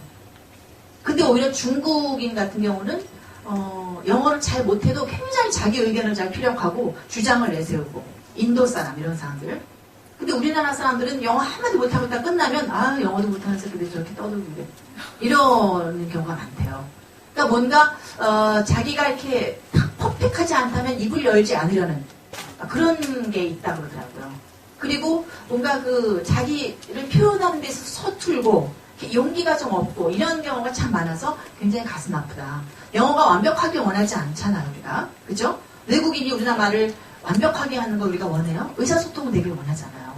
그러니까 그렇게 발음이나 뭐 이런 거를 따지지 말고 여러분이 의사소통만 되면 돼요. 너무 영어에 그렇게 얽매이지 않았으면 좋겠다는 이야기들을 그런 글로벌 기업의 임원들이 하더라고요. 그리고 또 하나는 뭐냐면 너무나 화려한 스펙들을 갖고 있대요. 자격증부터 해서 뭐 외국 연수 갔다 오고 뭐 어디서 무슨 훈련을 받다 오고 이런 것들이 이력서에 이렇게 쌓여 있는데 그거를 실제로 보지 않는다 그래요. 여러분이 정말 그 기업의 생리를 아셔야지 돼요. 아나운서나 방송국도 마찬가지예요. 그렇게 학벌을 이제는 보지 않습니다. 제가 그 대학생 PT 경연대회 심사도 했지만 학벌을 다 가리고 심사를 했어요. 학벌, 이름 다 가리고 팀명으로만. 그래서 결국은 요번에 동아대학교 학생들이 PT대회에서 1등을 했습니다. 700만 원 상금을 받고 그랬는데 뭐 연세대도 있고 뭐 더 뭐 여러 가지 대학이 있었지만 동아대학교 학생들이 1등을 했어요. 방송국도 그렇게 학벌을 중요시 여기지 않아요. 아나운서 팀도 보면은 뭐 물론 좋은 학교 나온 사람들도 있지만 뭐 청주대학교, 목포대학교 나온 사람, 경원대학 나온 사람 그런 사람도 있어요. 그러니까 어떤 그 인재의 프레시한 생각을 우리는 보는 거거든요. 근데 여러분은 무조건 막 뭔가 이렇게 눈에 띄게 쌓으려고 하고 보여지는 것에 연연해지고 막 그 등급을 매기고 그러는 것 같아요. 여러분도 기성세대를 등급을 매기고 기성세대도 대학생들의 어떤 그 점수나 이런 대학으로 등급을 매기고 뭐 이런 그 시대에 살고 있기 때문에 어쩔 수 없는 생각이긴 하지만 사람들이 입을 모아서 하는 것들이 가장 중요한 것은 그 20몇 년 살아왔던 그 젊은이의 스토리에 궁금해해요. 과연 어떻게 본인이 노력해서 그 지금까지 살아왔나? 좀 남다른 색다른 스토리가 뭐가 있나? 이거에 주목한단 말이에요. 어떤 사람 심지어 그런 얘기까지 하더라고요. 외국 연수 갔다 오면 자격증 이런 걸 보는 것이 아니라 정말 나는 죽도록 사랑하는 여자와 3개월 동안 어디 동해 가서 같이 살다가 왔다고. 그런 젊은이가 있으면 좋겠다고 얘기를 하더라고요. 그러니까 하나에 미쳐버리는 그런 사람을 오히려 이렇게 높이 보는 거죠. 나는 죽도록 한 여자를 사랑해봤다. 뼛속 깊은 사랑을 해서 나는 그 여자를 위해서 목숨까지 바칠 정도로 사랑을 했는데 뭐 그런 어떤 스토리라든가 뭐 자기만이 가질 수 있는 그 남들이 하지 않은 어떤 경험들 그런 것들을 더 중시 여긴다는 얘기하죠. 한비아 씨가 그런 얘기 하더라고요, 저한테. 많은 사람들이 자기를 롤 모델로 생각하고 한비아 씨 같이 되고 싶어 하지만 한비아 그녀같이 그렇게 그 오지에 가서 정말 그 사람들과 같이 음식을 손으로 먹고 추위에 떨고 그 고생을 하고 싶어 하는 사람은 없더라 얘기를 하는 거예요. 그냥 한비아 같이 유명인이 되고 싶고 멋지게 살고 싶을 뿐이지 그런 고생을 똑같이 하고 싶은 사람은 없다는 얘기예요. 이게 의미심장한 얘기 같아요. 물론 뭐 아나운서 중에도 많죠. 백지연 아나운서도 있고 여러 유명한 아나운서들이 많이 있지만 백지연 씨 같이 되고 싶어하는 사람들은 많지만 백지연 씨가 거기까지 가기까지 얼마나 많은 고생을 했는지 여러분은 모르실 거예요. 개인적으로 막 그런 스캔들에 시달리기도 했고 네 빨리 끝내요. 네.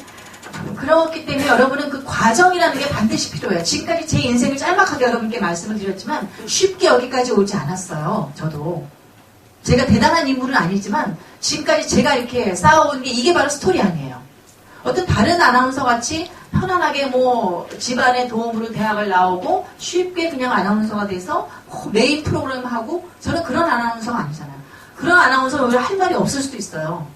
저는 시골에서 태어나갖고 정말 내가 그걸 쟁취하려고 노력했고 도전하고 눈물 흘리고 그렇게 지금까지 왔기 때문에 제가 프리랜서로도 열심히 지금 활동을 할 수 있는 그런 베이스가 쌓인 것이듯이 그런 본인의 스토리가 있어야 되는 거예요.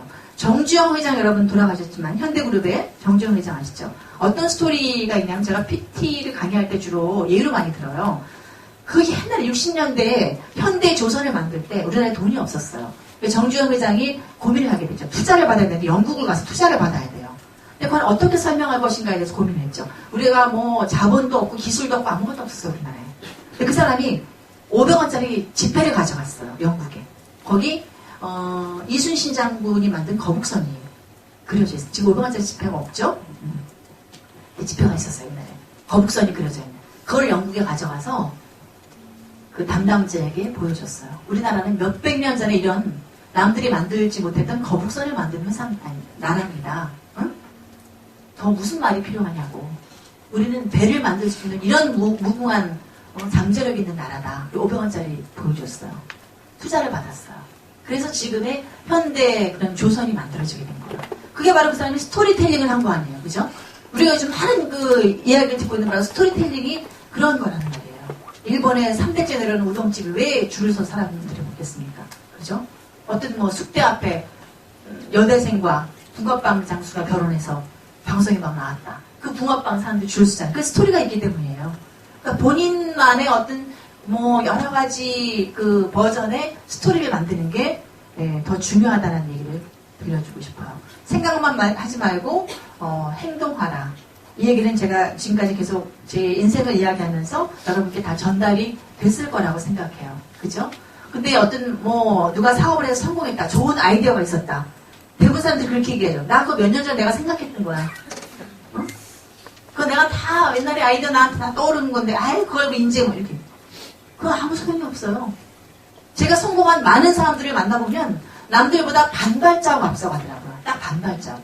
100m도 아니에요. 반발자국 앞서가면 반드시 그것이 그 사람의 그 꿈을 이룰 수 있는 길로 가는 것이고 반발자국 생각이 앞서서 그 생각만 하면 안 되고 그걸 실천을 해야 됩니다. 실천하지 않는 생각은 아무 소용이 없죠. 실패할 수 있죠. 실패는 안 되는 방법을 한 가지 안 것뿐이라는 그런 생각이 들어요. 자, 그 다음에 이것은 어려운 말이 아니죠. 매발성 동기라는 것은 저처럼 초등학교 3학년 때 마이크를 잡았을 때 찌릿하게 뭔가 마음속에서 막 열망이 끓어오르는 그 동기. 그냥 마냥 좋아서. 우리가 누군가를 사랑할 때 이유가 있어요? 없죠? 그냥 좋죠? 나는 쌍꺼풀진 남자가 싫어 라고 이야기했지만 쌍꺼풀진 남자는 어느 순간 사랑할 수 있어요. 왜 사랑했냐고 물어보면 어떻게 대답해요? 그냥 다 좋은 거잖아. 마찬가지로 매발성 동기라는 것은 그냥 나는 춤을 출 때 행복하고 나는 빵을 만들 때 행복하고 나는 자동차 디자인할 때 행복하고 뭐 그런 게 바로 매발적인 동기예요. 그러나 외발적인 동기는 뭐냐면 엄마가 시켜서 뭐 아버지가 사업을 하라 그래서 집안에서 의사 집안이라서 이런 것들 그게 바로 외발적인 동기예요. 제가 사회생활 하면서 많은 사람들이 외발적 동기로 그 직업을 가져서 불행한 사람들이 무지하게 많습니다. 여러분. 그런 사람들이 40, 50대에서 결국은 자기를 찾아가는 사람들이 있어요. 의사하다가 비지찌개 장사를 하는 사람도 있고요. 제가 아는 사람 중에 의사하다가 와인바를 연 사람 또 레코드점을 연 사람 이런 사람들이 있어요. 비로소 자기가 자기를 찾은 것 같다는 이야기를 해요. 돈은 못 벌어도. 그래서 신나게 하다 보면 성공할 수 있는 거예요. 여러분. 그 때문에 그 외발적인 동기와 목적으로 인해서 여러분이 사시면 결국은 행복한 삶이 아니에요. 아무리 구멍가게 해도 자기가 하고 싶은 것을 하는 것이 우리 인생의 그 목적이 되어야 됩니다. 목적과 목표는 다른 거 아시죠? 여러분? 목적은 어떤 그 보다 큰 의미죠. 상위 개념의 나는 뭐 인류의 뭐라든가 뭐 아니면 많은 주변 사람들을 위해서 나는 이런 걸 하고 싶다. 내가 좋아서 이런 것이 바로 그 목적인 것이고 목표는 숫자가 들어가 있는 거죠. 숫자. 나는 이번 달에 5kg 되겠다. 10년 안에 100억을 벌겠다. 이런 것이 자그마한 목표죠. 근데 여러분이 어쨌든 그 내발적인 목적, 그 내발적인 목적이라는 것은 자기가 의미를 두는 거예요. 의미.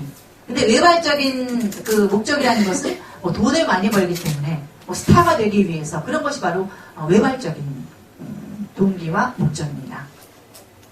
어렵지 않죠? 다 아는 얘기입니다. 아는 얘기지만 제가 여러분께 다시 한번 리마인드 시키기 위해서 말씀드린 거고요. 저는 그래요. 성공이란 말을 우리가 참 많이 하고 많이 듣는데 성공은 시지프스의 신화와도 같은 거예요. 그냥 짐 지고 올라가면 다시 또 내려와야 돼요. 그냥 저희 아들들한테도 그렇게 1등 하려고 하지 말라 그래요. 1등, 전 세계 1등이 어딨어요? 1등 하면 평생 1등인가요? 그렇지 않잖아요. 그 1등을 유지하기 위해서 얼마나 고달퍼요. 그렇기 때문에 1등 하지 말고 너는 그냥 네가 중간고사보다 기말고사를 좀 더 잘 보면 되는 것이고 응?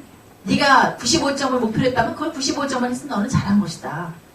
자꾸 그런 성공 1등에 시달리지 말라고 저는 아이들한테 이야기를 하거든요. 그래서 옛날에 그 MBC의 성공시대라는 프로그램이 있었어요. 중소기업에서 성공한 사람들 사례를 이야기하는 그런 프로그램이 있었어요. 그게 몇 년 하다가 인기가 있었는데 그만뒀어요, 그 프로가. 왜 그랬냐? 성공의 귀한 길이 너무 추악했기 때문에. 세금 포탈로 영창 가고, 그 사람이 남을 짓밟고 올라가고, 이런, 하다가 망하고, 이런 것들이 있었기 때문에 그 프로그램이 없어졌어요. 성공이라는 것은 정말 어떻게 보면 허망한 거이기도 해요. 근데 저는 또 성공을 그렇게 생각합니다. 성공은 하루에도 몇 번씩 할 수 있어요. 성공이 그냥 어떤 하나의 큰 산이 아니에요. 오늘 여러분과 제가 만난 이 시간이 아주 서로에게 유익했고 서로의 인생의 한 교차점으로서 정말 오늘 오길 잘했다 라는 마음이 여러분이 든다면 이 시간은 성공한 거예요.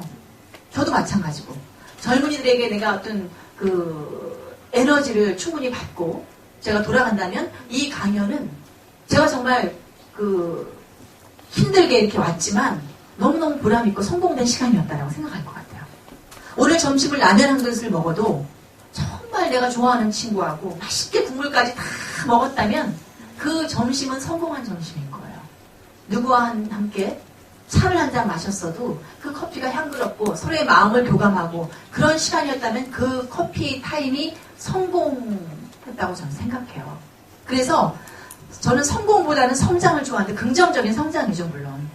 그래서 10년 전에 나와 경쟁하고 3년 전에 나보다 내가 지금 훨씬 더 깨우침을 많이 깨우치고 더 어떤 성숙된 인간이 됐다면 나는 정말 성공한 사람이라고 생각해요. 그래서 어제의 나보다 저는 항상 오늘의 내가 행복해요. 왜냐하면 어제 깨닫지 못한 것들을 오늘 알게 됐으니까 하나라도 어제 몰랐던 새로운 사람을 만나서 내가 오늘 좋은 에너지를 얻었기 때문에 그렇기 때문에 제 인생은 정말 성장했다고 생각이 들거든요. 성장하면 감사해야 되죠. 여러분. 감사는 굉장히 파워풀한 생각입니다. 감사하면 감사할 일이 더 많이 생겨요. 감사합니다라고 비닐봉지에 이야기를 하고 한 비닐봉지에는 미워합니다라고 이야기하고 비닐봉지에 호흡을 불어넣어요. 모기를 집어넣습니다. 미워합니다라는 비닐봉지 안에 모기만 죽었어요. 여러분. 그런 실험한 게 책에 나와 있어요. 감사라는 것이 그렇게 중요해요. 일본에 다케다 제가가 있는데 그 회장이 한번 시험을 해봐요. 감사에 대해서. 한 과자가 나올 때까지 공정에 10,000번의 감사합니다라는 인사를 하게 시켜요. 종업원들한테. 그 이후부터 매출이 어마어마하게 올라서 60%까지 일본의 그 과자 시장을 점유를 하게 돼요. 60%에서 스탑하라고 해요. 다른 제과도 먹고 살아야 되기 때문에. 그게 시드머니가 돼서 엄청난 투자를 하고 지금 일본의 워렌 버핏 같은 사람이 됐습니다. 그 책에 다 나와 있는 얘기예요. 그 감사의 힘이라는 건 어마어마해요. 그래서 여러분이 성장한 것에 대해서 감사하는 여러분이 됐으면 좋겠다 하는 얘기입니다. 자, 제 트위터 미니홈피 네이버나 이런 쪽에다가 윤영미 아나운서 치면 다 누구나 들어가실 수 있고요. 여러분 글 남겨주시면 저하고 또 엄마 같은 나이지만 제가 몸은 50이고 정신은 20대입니다. 제가 여자 아나운서 20명쯤 되지만 SBS에서 가장 젊은 감각을 갖고 있는 아나운서였어요. 후배들이 어디가 가장 요즘 핫한 곳이냐, 어딜 가야 패셔너블한 걸 만날 수 있냐, 어떤 공연이 요즘 유행이냐, 어떤 영화가 좋냐, 저한테 다 물어봤었어요. 저는 지금도 제 외모와 내면을 정말 매혹적으로 아름답게 가꾸기 위해서 날마다 배우고 노력하고 그렇게 살고 있어. 행복이라는 것은 다른 게 아니라 내가 날마다 흥미롭게 여기는 것들을 하면서 하는 게 행복 아닌가요? 그렇죠? 아닌가요? 믿음해요. 네. 자, 질문을 받을까요? 예. 네. 예. 네, 유정민 선생의 강연 정말 감사했습니다. 오늘 마이크 안 나니까 그냥 말로 할게요. 근데 저희가 말씀 들어보니까 저희가 원하는데 미칠 만큼 충분히 못 미친 것 같은데 유정민 선생님 이렇게 힘들게 모셨는데 그냥 보신 보내기 좀 아쉬우니까요. 아까 입구에서 봤던 포스트잇 질문을 말씀드리겠습니다. 네, 사진 찍으세요. 네. 잘 뽑아주셔야 돼요, 이 분들이. 연극 프로 3만원. 자, 뭘 할까? 세 분만 뽑아주십시오. 자, 아나운서가 안 됐다면 어떤 직업을 선택하셨을 것 같아요? 왜 이거 뽑았냐면 제일 먼저 붙였어요, 이분. 누구예요? 이름 백민경? 스텝. 스텝은 안 돼, 통과. 네. 네. 너무 어려운 게 질문이 많아요. 방송 3사 아나운서가 되는 건 너무 어려운 것 같아요. 아나운서 하고 싶은데 방송국 말고 다른 길이 있다면 알려주세요. 누가 질문했죠? 이름이 안 적혀있네요? 손 들어주세요. 저기 계시면. 어디? 굉장히 열심히 듣더라고요. 아나운서 꿈이에요? 그런 건 아니에요. 저 친구한테 연극표 주시고요. 글쎄요, 방송 3사 아나운서가 되는 것은 사실, 경쟁률을 볼 땐 굉장히 어렵죠. 3,000대 1 이렇게 하고, JTBC 같은 경우는 5,000대 1도 했다는 얘기를 제가 들었는데, 근데 실제 경쟁률은 그렇지는 않습니다. 실제 경쟁률. 뭔지 아시죠? 그러면, 어떻게 저 사람이 아나운서 시험 보러 왔지? 이런 사람이 많아요. 무슨 아저씨, 협박할 것 같은 아저씨부터 해서, 정말, 그래도 아나운서는 외모를 중시 여겨요. 그건 어쩔 수 없는 현실이잖아요. 근데 너무나 아닌 사람들이 거의 대부분이에요. 실제 경쟁률은 제가 보기엔 한 300대 1 정도 되지 않을까? 이렇게 가늠하기 조금 어려운, 300대 1도 굉장히 어려운 거죠, 사실. 일단 조금 이제 될 만한 사람들을 추려보자면 300명 정도 된다고 보는데, 그 정도의 경쟁률이라고 볼 수가 있고요. 지방 방송이 있고, 그 다음에 케이블 방송이 있고, 라디오 방송국이 있습니다. 그 다음에는 기업의 방송국이 있어요. 삼성 같은 기업 방송국은 참 좋습니다. 정식 직원으로 들어가게 돼 있고요. 거기 정은아 아나운서, 이금희 아나운서, 삼성 출신 아나운서예요. 기업, 현대도 있고, LG도 있고 다 기업 방송이 있어요. 그런데도 한번 노려볼 만하다고 생각이 들고, 그 다음에는 리포터라든가 홈쇼핑에서 일하는 쇼호스트가 있고요. 그 정도겠죠. 요즘 매체가 많아져서 조금 더 이렇게 틈새 시장이 있지 않을까 생각해요. 기상, 예보하는 기상 리포터도 될 수 있고, 또 MC나 리포터를 공채하는 곳도 또 있습니다. 대답이 되셨나 모르겠습니다. 네. 앞으로의 꿈이 무엇인가요? 누구죠? 손 들어주세요. 스텝? 스텝은 안 돼. 자, 윤영미 아나운서의 인생에서 시련과 그 시련을 극복할 수 있었던 그 힘의 비결은 무엇이었나요? 임선정 씨?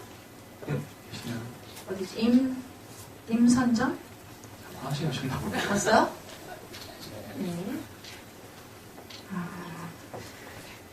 아나운서라는 꿈을 이루고 난 후에 아나운서에 대해서 회의가 될 때는 언제였나요? 극복은 어떻게 했나요? 라고 했습니다. 뉴스 내용과 본인 생각이 다를 때 반응은 어떻게 합니까? 누구예요? 저희 남학생이군요. 아나운서에 대해서 회의가 들었을 때는 없습니다. 정말. 저는 날마다 감사하고 아주 신나게 일을 했어요. 제가 새벽 4시에 일어나서 매일 출근하면서 아침 방송했는데 정말 감사합니다라고 이렇게 우리 건물에 인사하고 제가 들어갔어요. 한 번도 지각한 적이 없고 한 번도 엉클 낸 적이 저는 없습니다. 지금까지도 아나운서를 하는 것이 가장 행복한 일이고 회의가 된 적은 없었고요.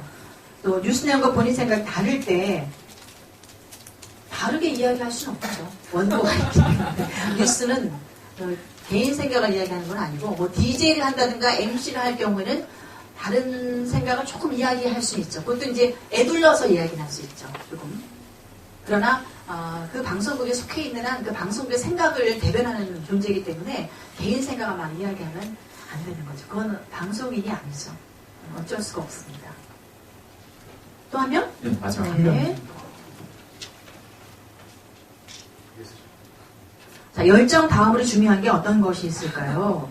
열정만으로 극복할 수 없는 것들이 많습니다. 열정이 없는 학생은 없습니다. 열정만으로 될 수 있는 것들이 많이 사라지고 있는데 열정 다음으로 중요한 것이 어떤 것이 있을까요? 어떤 여기 계시네요. 누구인가요? 남자분. 야구 장단. 네.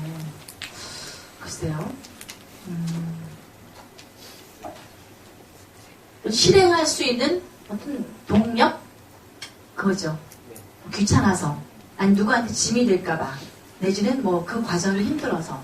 여러 가지 핑계가 있잖아요. 근데 우리는, 자기가 하고 싶지 않은 일에는 그 핑계를 대고요. 하고 싶은 일에는 방법을 찾는다는 그런 말이 있잖아요. 그죠? 그 방법을 찾는, 아까 얘기했다시피 반발자국 앞서가는 그 본인의 의지와 그걸 실행할 수 있는 어떤 그 엔진. 그게 열정일 수도 있는데, 글쎄요. 그렇게밖에 얘기를 할 수가 없네요. 자, 내가, 뭐 변호사가 되고 변호사? 변호사는 법대에 가니까. 지금 할 수는 없고. 아까 뭐가 되고 싶다 그랬죠? 예를 들면? 대통령이 되고 싶을 수 있죠. 대통령이 되고 싶으면 일단 정치에 입문해야 되잖아요. 그랬을 경우에 누가 나를 그냥 어떻게 우연히 뭐 길이 나겠지라고 생각하면 안 되는 거잖아요. 들어가야 되잖아요. 정치판에. 누군가의 소개나 어떻게 뭐 직접 부딪힌다거나 해서 그 당에 들어가서 정말 뭐 물 떠오르는 일부터 시작해야 되는 거거든요. 그런 어떤 어려운 과정을 내가 극복해내겠다라는 의지, 그것이 있어야 되는 거죠. 아니면 그냥 나는 뭐 놀고 먹으면서 그냥 뭐 비디오 가게나 해야지라고 생각하면 뭐 그렇게 사는 것이고 뭐 구멍 가게 하면서 그냥 나는 안빈 자족하면 살아야지라고 생각하면 그렇게 사는 것이고. 네, 안빈 납부도 안빈 자족도 있습니다. 네. 네.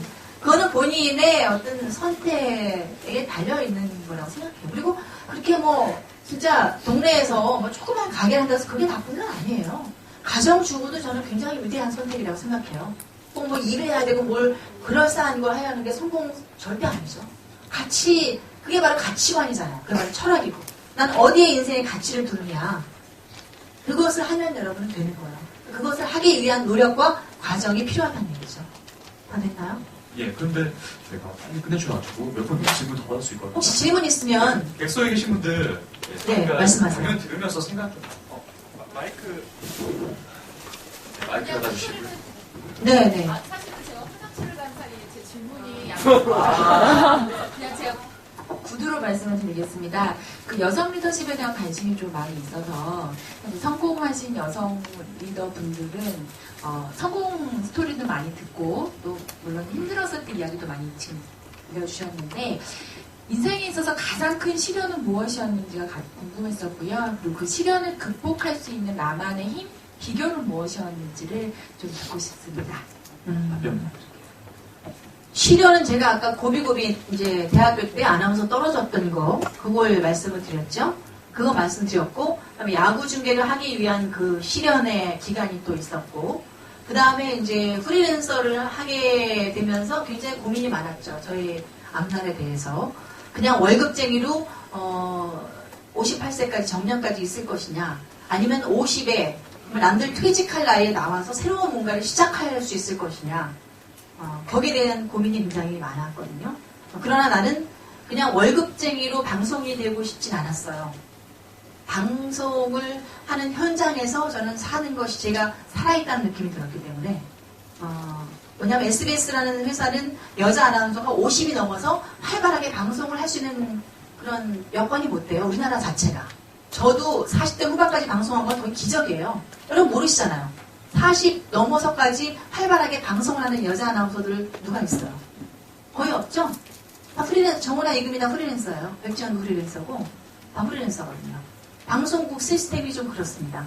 여자 아나운서는 특히나 보여지는 직업이라 그래서 그런 데 대한 그 고민이 굉장히 많았고 개인적으로는 저는 결혼을 참 평범하게 했어요. 남들은 재벌에 시집가고 준재벌에 시집가서 정말 경제적으로는 풍족하게 살고 있지만 저는 아주 평범한 회사원하고 결혼했습니다. 크리스찬 그 출판사에 다니는 사람들이 결혼할 때 내가 청첩장을 주니까 뭐 출판사 일을 한다고 그랬더니 나 사장인 줄 알았어요. 사장 아니에요. 아주 말단 직원이었고 월급도 형편없는 그런 아주 평범한 남자랑 결혼을 했습니다. 그래서 개인적인 얘기지만 지금 제 남편이 신학대학원생이에요. 회사를 그만두고 저는 결혼하고 거의 지금까지 그 유부녀 가장이었습니다. 네. 그런 어떤 그 남들과의 비교하면서 내가 느꼈던 그런 좌절감들이 참 나를 많이 괴롭혔었어요. 제가 선택한 결혼이었지만 그 아나운서들과의 어떤 비교를 하면서 남들은 에르메스 백에 샤넬 백 사갖고 다니는데 난 이태원 가서 가짜 백을 사갖고 돌아다니고 어떻게 하면 좀 싸게 뭘 살 수 있을까? 어떻게 하면 좀 돈을 아껴서 아이들도 키우고 해야 되니까 그럴 때마다 남편이 원망스럽고 나도 좀 옛날에 선봤던 부자 남자랑 결혼할 걸. 그런 거에 많이 저는 비교를 하면서 많이 그 좀 뭐라 그럴까요? 좌절감이랄까? 낙심을 많이 했었죠. 사실은. 근데 그런 얘기들은 제가 잘 하지 않지만 질문이 들어와서 사실 그게 저를 가장 괴롭힌 일이었었어요. 그러나 이제 그런 생각이 들죠. 만약에 제가 남들같이 남편이 빵빵한 그런 직업을 갖고 있었다면 이렇게까지 내가 치열하게 살았을까? 라는 생각도 좀 들어요. 그래서 오히려 남편이 경제적으로 부족했던 것이 저를 이렇게까지 역동적으로 이끈 것이 아닌가. 그래서 훨씬 제가 지금 당당하고 남편한테 주눅 들지 않고 말빨도 세게 그냥 하고 싶은 거 다 하면서 이렇게 살 수 있는 게 오히려 저에게 행복이 아닌가. 그런 생각을 자꾸 하면서 극복을 하는 것 같아요. 답이 됐나요? 또 혹시 있으면 네. 네, 저기. 그 처음에 스포츠 분야 쪽 하시다가 예능 쪽 하시다가 지금 프리랜서 하시잖아요. 네네. 감사합니다. 그래서 꿈 같은 거는 쉽게 바뀌기 쉬운데 여기 있는 분들은 다 20대 초중반이신 분들인데 그러니까 지금 약간의 끌림으로 인해서 한길 정해서 그걸로만 파서 어떤 스페셜리스트가 되는 게 맞는지 아니면 지금 저희 나이 때 약간 오픈마인드를 갖고 어떤 거를 이렇게 편견을 배제하지 말고 다 모든 걸 받아들인다는 마음으로 다 공부한다는 그런 어떤 제너리스트가 맞는지 지금 앞으로 변화되는 그런 세대에 어떤 게 좀 대처하는 방식이 옳은지 좀 여쭤보고 싶습니다. 그게 어떤 정말 가슴에 돌덩이처럼 박혀있는 그런 꿈이 있으면 그걸 향해서 가야 되죠. 이건 도저히 뭐 내가 바꿀 수 없는 이건 나의 열망이다. 뭐 대통령이라든가 뭐 변호사건, 디자이너건 자기가 알 것 같아요. 이거는 내가 도저히 움직일 수 없는 나의 꿈이다, 희망이다 할 때는 그 길로 가는 것이 맞죠. 그리고 가는 것이 맞는데 그렇지 않고 이거 같기도 하고 저거 같기도 하고 했을 경우에는 조금 오픈마인드를 갖고 경험을 해보는 게 중요하다고 생각해요. 그래서 저는 뭐 얼토당토한 얘기일지도 모르지만 제가 대학에서 그 초빙 교수로 스피치 강의를 하고 있거든요. 학생들한테 물어보죠. 꿈도 물어보고 이렇게 다 물어보면 그걸 정하지 못한 학생들이 참 많아요. 그러면 굳이 그렇게 막 취직하려고 애쓰지 말고 그냥 뭐 등록금이라든가 결혼할 자금을 받아갖고 뭐 뉴욕 같은 데 가서 한 1년 정도 놀으라 그래요, 저는. 그러면 그런 기간 동안에 정말 낯선 그런 곳에가 전 세계의 문화와 예술이 모여져 있는 그런 도시에서 자기 자신을 발견할 수 있을 것 같아요. 그리고 뭔가 자기가 가야 할 길을 발견할 수도 있고 꼭 뭐 서울이어서 안 되는 건 아니지만 그래도 어떤 훨씬 더 가서 막 그릇도 닦고 고생하면서 외국인들하고 사귀고 막 그러면서 좀 글로벌한 마인드가 생길 수도 있고 좀 새로운 길이 보일 수도 있을 것 같아요. 꼭 뭐 그 나이에 취직 안 한다고 인생이 망하는 건 아니거든요. 그래서 어떤 새로운 어떤 사업 아이템을 발견할 수도 있고 좀 남들이 안 하는 그런 것들을 해봤으면 좋겠어요. 그냥 어학연수 이런 거 말고 정말 가서 몸으로 부딪히고 막 그런 것들을 하면서 내 인생을 한번 계획을 해보는. 저는 지금 꿈이 뭐냐 하면 제 꿈이 바로 저는 혼자서 뉴욕에 가는 게 제 꿈이에요. 가서 한 2년 정도 가서 놀고 싶어요. 제 꿈이에요. 그것을 안 하면 제가 여한이 생길 것 같아요. 사람이 남기면 안 될 한이 두 가지가 있어요. 하나는 남에게 싸우면 안 되는 원한이 있고 하나는 나에게 남기면 안 되는 여한이 있습니다. 제가 그걸 안 하면 죽을 때 여한이 생길 것 같아요. 그래서 저는 한 2년 정도 제가 돈을 좀 안 벌어도 될 때 저는 지금 돈을 벌어야 돼요. 돈을 벌어야 되기 때문에 쉽게 떠나지 못하지만 제가 그런 경제적인 부담에서 덜어질 경우에는 저 혼자서 저는 뉴욕에 가서 그냥 조그만 방 하나 얻고 뭐 막 그냥 돌아다니고 놀고 뭐 길거리에서 춤도 추고 막 그렇게 그냥 막 사람도 사귀고 갤러리도 막 다니고 이러면서 한번 그 다시 내 인생을 이렇게 좀 리뉴얼 해보고 싶은 그런 열망이 있어요. 근데 제가 여러분 나이라면 저는 당장 그렇게 할 것 같아요. 딸린 가족도 없고 젊고 뭐든지 할 수 있고 돈도 벌 수 있고. 그래서 글쎄 답이 됐나요? 너무 좀 피상적인 얘기일지도 모르지만 그렇습니다. 또 혹시 질문 있으세요? 이제 간단한 질문 하나만 마지막으로 네. 알려주시면.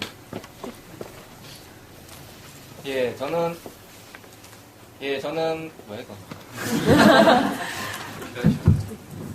저는 스피치와 프레젠테이션에 관심이 많은 사람입니다. 네. 윤영민 아나운서님의 오늘 말씀 들으니까요, 굉장히 목소리가 좋으시고 이제 전달력도 굉장히 뛰어나신데요. 제가 감히 이런 평가드리긴 그렇지만 그런 목소리 갖기 위해서 굉장히 많은 노력을 하셨을 것 같고 지금도 그 목소리를 유지하기 위해서 많은 그 노하우가 있으실 것 같은데요. 그거를 저에게 좀 전달해 주셨으면 합니다. 목소리는 사실 바뀌진 않아요. 그렇게. 목소리는 바뀌지 않고요.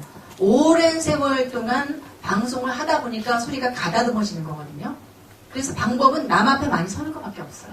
남 앞에 서게 되면 좀 정돈된 그런 음성과 말투가 나오게 되거든요. 자기 목소리를 자기 귀로 들을 줄 알아야 돼요. 매 순간순간. 우리는 보통 이야기를 할 때 내 목소리를 들으려 하지 않아요. 그죠? 그러나 이제부터는, 오늘부터는 말을 하면서 사적이건 이건 스탠딩 스피치예요. sit-down 스피치건 스탠딩 스피치건 여러분이 스피치를 할 때 내가 말하는 것을 객관적으로 자꾸 들으세요. 그런 피드백을 본인이 할 수 있거든요. 그럼 내가 지금 말이 좀 빠르다. 목소리가 좀 너무 날카롭다. 조금 톤을 낮추자. 라든가 지금 좀 사투리를 썼구나. 뭐 잘못된 표현을 했구나. 이런 거에 대한 자꾸 피드백을 하세요. 그럼 걸러지게 돼 있어요. 정돈이 되게 돼 있다는 얘기거든요. 그리고 몰래카메라 같은 것이 날 늘 따라다닌다고 생각하세요. 그럼 이야기할 때 막 이야기하기 어렵죠? 그죠? 사랑하는 사람이 날 바라보고 있다고 생각하든가 카메라가 날 지금 계속 쫓아내면 찍고 있구나라고 자꾸 이렇게 마인드를 그렇게 갖고 이야기를 하게 되면 훨씬 더 이야기가 조리 있게 되면서 정돈되는 그런 음성이 나오죠. 자꾸 이야기를 남 앞에 하다 보면 공명이라는 게 생깁니다. 정돈돼. 저도 처음 아나운서 생활할 때는 아주 뭐 형편없는 그런 수준의 오디오를 갖고 있었어요. 말도 너무나 빨랐고 하이톤에 이렇게 많이 지금 좋아졌죠. 20몇 년 동안 계속 방송을 하다 보니까 이제는 어디 가서 원고 없이 이야기할 수도 있고 남들이 뭐 목소리가 좋다고 이야기하지만 그렇게 제가 타고나게 목소리가 좋은 목소리는 아니고 오랫동안 방송을 하고 내가 모니터링을 하고 다시 보기를 통해서 나를 바라보고 하니까 자꾸 그게 이렇게 가다듬어지는 거예요. 많이 해보는 수밖에 없습니다. 지름길은 없어요. 스피치에서. 됐죠? 그러면 지름단 이 정도로 마치겠습니다. 네. 여러분 충분히 질문 다 하셨나요? 오늘 못한 거는 트위터랑 미디어 가지고 개인적으로 또 하시면 되겠습니다. 오늘 수고해주신 윤영민 아나운서님께 큰 박수 감사합니다. 네, 1교시는 이것으로 끝을 내겠습니다. 지금부터 25분까지 15분 정도 휴식하고 이제 정원철 변호사님의 특강을 바로 시작할 텐데요.